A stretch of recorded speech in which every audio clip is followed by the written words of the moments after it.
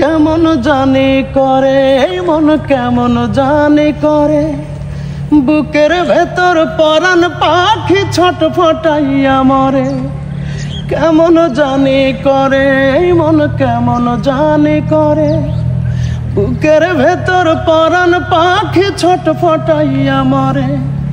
একটু তোরে দেখার লাগি বন্ধ হয় নিঃশ্বাস, আমি মরলে আসিস না তুই দেখতে আমার লাশ, আমি মরলে আসিস না তুই দেখতে আমার লাশ। আরে ভাই, কি ভাই?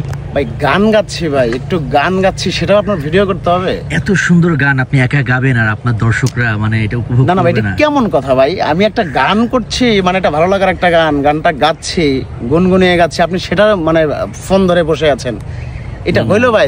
না না না, আমি বলি আপনাকে, না না ভাই, কি বলবেন? আপনি একটা গান গেয়েছেন, সেটা যদি আপনার দর্শকরা উপভোগ না করে, আপনি একা একা নিজে নিজে গাইলে হবে? ঠিক আছে ভাই, এখন ধরেন একটা জিনিস প্ল্যান থাকে যে হ্যাঁ আপনি ভিডিও করছেন, সেটা ঠিক আছে, আমি এমনিতেই গান গাচ্ছি, আপনি পেছন থেকে মানে ভিডিও করতেছেন ভাই, এটা হইলো? না, প্ল্যান থাকলে হয় কি গাওয়াটা অত সুন্দর হয় না, আপনি তখন ভিডিও না। আসলে কি জানেন, আপনারা এই যা শুরু করছেন না ভাই, আসলে মানে গান টান করার হবে না।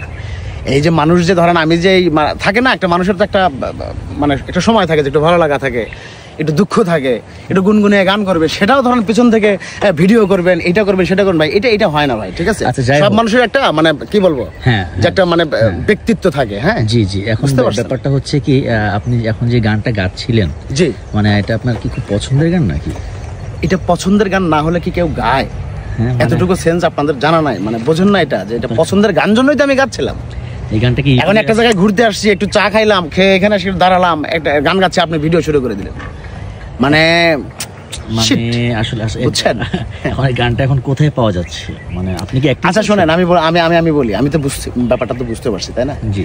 এখন হচ্ছে গানটা হচ্ছে অলরেডি সিনে বাংলা মিউজিকে ইউটিউব চ্যানেলে গানটি রিলিজ হয়েছে এবং গানটির রেসপন্স খুবই ভালো। ইতিমধ্যেই হচ্ছে 1 মিলিয়ন মানুষ এই গানটি শুনে, মানে 10 লাখ মানুষ গানটি শুনেছে খুব অল্প সময়ের মধ্যে। সো গানটি হৃদয়ের গান অবশ্যই, এবং গানটির কথা লিখেছেন নুরে আলম মামুন ভাই, এবং গানটির সুসঙ্গীত করেছেন আমাদের প্রিয় রিয়েল আশিক ভাই, এবং গানটিতে কিন্তু মডেল হিসেবে আমি ছিলাম, এবং আমার সাথে আমার কো আর্টিস্ট হিসেবে ছিলেন সবার প্রিয় মডেল, অভিনেত্রী, নায়িকা প্রণমী।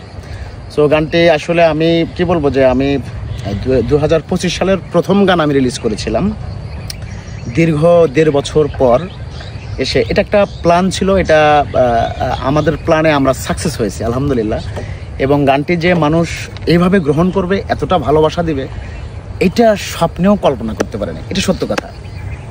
এখন আমার অডিয়েন্সদের প্রতি আমার স্যালুট, ভালোবাসা, শ্রদ্ধা, সম্মান, কারণ ওরা আমাকে অনেক বেশি ভালোবাসে ভাই। আমি এই কথাটা যদি প্রকাশ না করি, বা এই মানে তাদের এই ভালোবাসার কথা যদি আমি এটা না বলি, তাহলে হচ্ছে আমার এটা মনে হয় পাপ হবে। সো গানটি অনেক সুন্দর।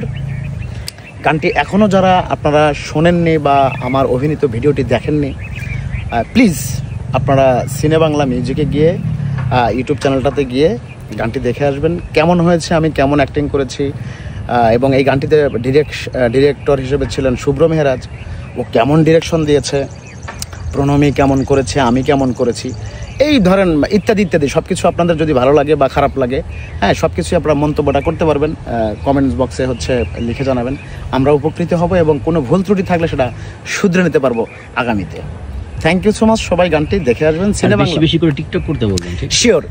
আমি একটা কথা বলে রাখি, যারা টিকটক করছেন অলরেডি হচ্ছে গানটা মানে ভালো রেসপন্স টিকটকেও, তো আপনারা যারা হচ্ছে, আমি বলে রাখি, যারা খুব সুন্দর করে এই গানটার ভিডিও লিপসিং করতে পারবে, অ্যাক্টিংটা করতে পারবে টিকটকে, সেই যাদেরটা ভালো হবে, আমি ইমন খান কথা দিচ্ছি, যারটা বেশি ভালো হবে, আমি সেই ভিডিওটি আমি আমার ফেসবুক আইডিতে আমি সেটা শেয়ার করব, এবং সেটাকে আমি আপনাদের যে টিকটক আইডিটা, সেটা আমি অবশ্যই ফলো ব্যাক করবো।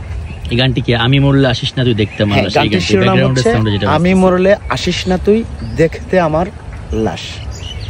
সবাই দেখবেন, শুনবেন, এবং বেশি বেশি টিকটক করবেন। Bye bye. Thank you so much, love you.